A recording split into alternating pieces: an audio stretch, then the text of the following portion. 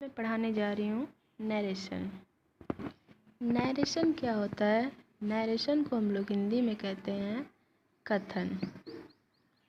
अब सब लोग सोच रहे होंगे कि कथन क्या होता है। कथन का मतलब कि आप कहना, इस प्रकार से मान लीजिए किसी भी वाक्य को कहना। देखिए, जो नरेशन होते हैं इसके 2 पार्ट्स होते हैं। फर्स्ट इज़ डायरेक्ट, राइटिंग थोड़ा गड़बड़ होगा लेकिन आप लोग देख लीजिएगा। Second is indirect. अब हम लोग नरेशन तो पढ़े कि कथन होता है, मतलब कुछ कहना होता है, लेकिन अब इसके भी पार्ट होते हैं डायरेक्ट और इनडायरेक्ट। तो डायरेक्ट को हम लोग कहते हैं हिंदी में प्रत्यक्ष, और इनडायरेक्ट को कहते हैं अप्रत्यक्ष। अब हम सोच रहे होंगे कि ये डायरेक्ट और इनडायरेक्ट तो कुछ समझ में भी आ रहा था, अब ये हिंदी में प्रत्यक्ष अप्रत्यक्ष क्या है। तो नो प्रॉब्लम, आप लोग को जो सही लगे, इंग्लिश अच्छा लगता है तो इसको याद कीजिए, हिंदी अच्छा लगता है तो हिंदी याद कीजिए।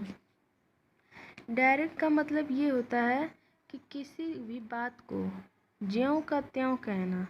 देखिए, पहले आप लोग 1 मिनट ये भी समझ लीजिए अच्छे से, मैं बोल रही हूँ, आप लोग नोट कर लीजिएगा नहीं तो।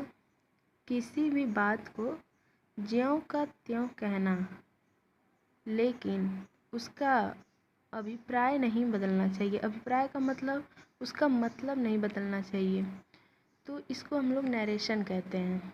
अब नरेशन में जो 2 पार्ट्स हैं डायरेक्ट इनडायरेक्ट, तो हम अब डायरेक्ट को समझ लेते हैं। तो डायरेक्ट में और इनडायरेक्ट में कुछ ज़्यादा फ़र्क नहीं है, लेकिन फिर भी डायरेक्ट का मतलब वक्ता के द्वारा ज्यों का त्यों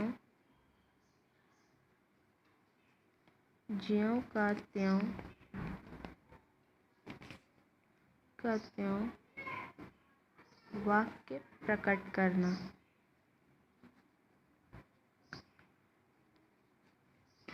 अब हम लोग सोच रहे होंगे कि ये वक्ता क्या होता है, तो एक मैं एग्जांपल देती हूँ। जैसे देखिए, आपसे कोई कुछ बात बताता है, अगर आप वो बात किसी और को बताना चाहेंगे तो जो व्यक्ति वो आपको बात बताया है उसी की भाषा में आप दूसरे को भी बताएंगे, मतलब जो जो वो बोला है वो आप भी बताएंगे, तो वो डायरेक्ट होता है। लेकिन कभी कभी क्या होता है कि हम फ्रेंड्स में ही या फिर ऐसे रिलेशनशिप में ही अगर कहीं झगड़ा वगैरह करना हो, तो हम लोग उसके द्वारा कई बातों को कुछ चढ़ा बढ़ा के बताते हैं, जिसके वजह से झगड़ा हो जाएगा। छोड़िए झगड़ा की बात, छोड़िए, यहाँ पे समझते हैं। एग्जाम्पल है कि किसी की बात को ज्यों का त्यों बताना डायरेक्ट है, लेकिन अगर हम लोग उसमें बात बना देंगे या फिर उस बात को ज्यों का त्यों ना बता के बढ़ा चढ़ा के बोलेंगे तो वो इनडायरेक्ट हो गया। ये समझ में आया? अब देखिए, नरेशन पढ़े, इसके 2 पार्ट्स पढ़े, अब डायरेक्ट के भी 2 पार्ट्स होते हैं। पहला होता है रिपोर्टिंग स्पीच, दूसरा होता है रिपोर्टेड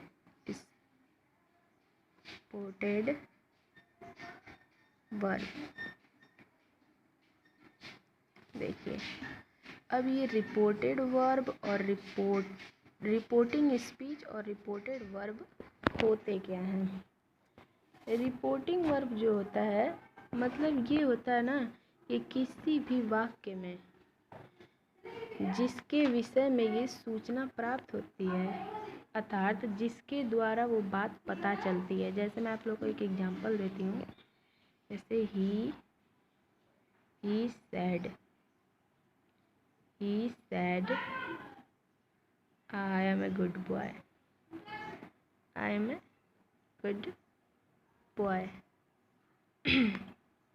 अब देखिए, इसमें हमें क्या पता चल रहा है? ही said, उसने कहा, मतलब वह कहता है कि मैं एक अच्छा लड़का हूँ। अब हमें इसमें रिपोर्टिंग वर्ब और रिपोर्टेड स्पीच बताना है। तो देखिए, जो वक्ता के द्वारा, जो शब्द या वाक्यांश के द्वारा हमें उस काम से होने का वो लड़का अच्छा है, मतलब वो बता रहा है कि मैं अच्छा हूँ, तो कौन बोलता है? वह बोलता है कि मैं अच्छा हूँ। तो किसके द्वारा पता चल रहा है? उसके द्वारा। या फिर हम लोग ये भी कर सकते हैं कि जो इन्वर्टेड कामा के बाहर, इसे हम लोग क्या कहते हैं? इन्वर्टेड कामा, इन्वर्टेड कामा बोलते हैं। ठीक। अब हम बोले एक भी ये भी बता सकते हैं कि जो इन्वर्टेड कामा के बाहर होता है, इसे हम लोग रिपोर्टिंग स्पीच बोलते हैं। आरएस का मतलब हो गया रिपोर्टिंग स्पीच। और जो इन्वर्टेड कामा के अंदर होते हैं, उसे हम लोग बोलते हैं रिपोर्टेड वर्ब। आप लोग इसको भी मतलब कंफ्यूज नहीं होइएगा। रिपोर्टिंग स्पीच भी बोल सकते हैं, रिपोर्टेड वर्ब भी बोल सकते हैं, रिपोर्टेड स्पीच भी बोल सकते हैं, रिपोर्टिंग वर्ब भी बोल सकते हैं। इसमें आप कंफ्यूज ना हुए। अब देखिए, अब मैं थोड़ा सा आप लोग को कुछ सिंपल वाला, हाँ, ये जो आपको बताया है एक इन्वर्टेड कामा है। जब हम लोग इसमें सेंटेंस को चेंज करते हैं, तो इसी इन्वर्टेड कामा को हटा के यहाँ पे किसका प्रयोग होता है? दैट का प्रयोग। अब मैं आप लोग को थोड़ा